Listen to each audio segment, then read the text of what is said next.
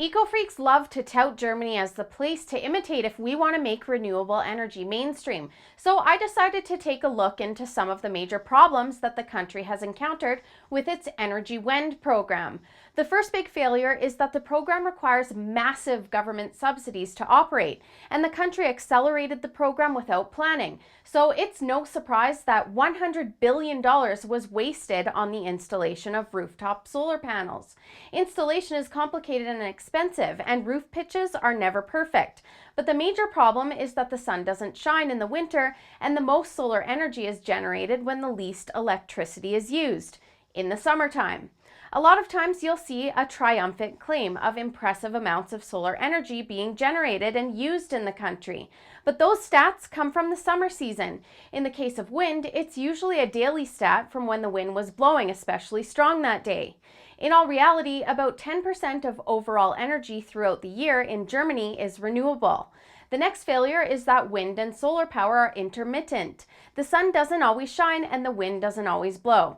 Renewable energy gets access to the grid when it's available, essentially pushing thermal energy that comes from coal offline.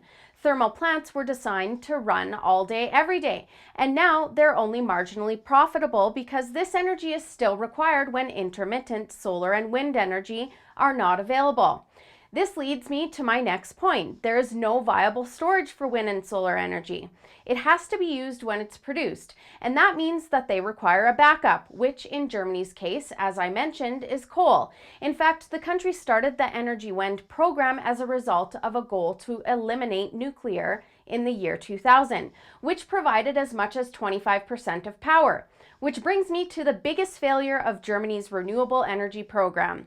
As a result of phasing out nuclear energy and using coal as a backup for renewables, greenhouse gas emissions have actually risen in the country. This is exactly the opposite of what the country implemented the energy program in to do. There's a reason only 2% of global energy is produced by solar and wind energy. They aren't viable. They're intermittent sources that can't be stored. Not only this, but it takes a lot of work to concentrate these types of energy for use.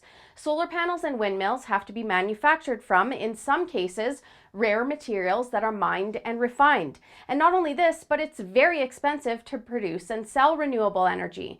There's a reason why the people of Ontario complain about their energy bills, and the Auditor General of the province outlined the billions of dollars wasted on renewable energy. Until humans find a way to capture and store solar and wind in order to be used in a freestanding facility without backup, renewable energy plans are just an expensive and faulty government experiment funded by the public.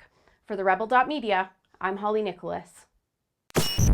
Thanks for watching. Click here to never miss a Rebel update. Want even more of the Rebel? Well, click here to become a premium member.